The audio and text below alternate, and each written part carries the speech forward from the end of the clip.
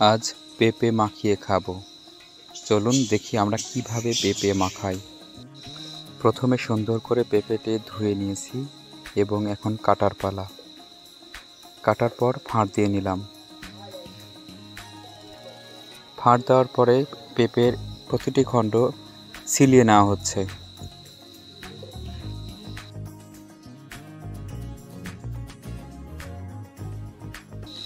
এইগুলো সব কাজ করছে আমার চাচাতো বোন। এক এক করে পেঁপের সব খণ্ড ছিলানো শেষ এবং পেঁপেগুলোকে এখন কুচি কুচি করার পালা।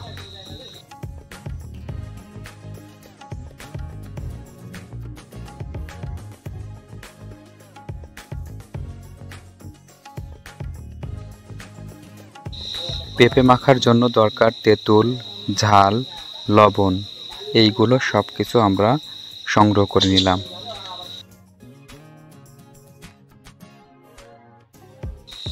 এখন লবণ ও ঝাল একত্রে মাড়িয়ে নেব, তারপর তেঁতুল দেব, তারপর এগুলো মিক্সড করব। মিক্সড করা শেষে পেঁপের সাথে সবগুলো একত্রে মিক্সড করব।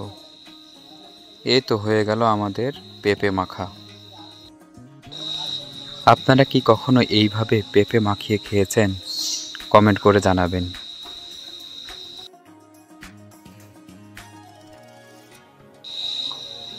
এই পেঁপে মাখাটি আমরা ছোট বড় সবাই মিলে খেলাম।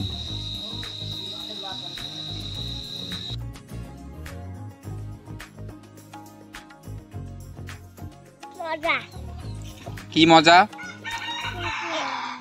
এটা কি মাখা বলো তো? বাহ, কেমন খেতে লাগছে? ভালো। মজা।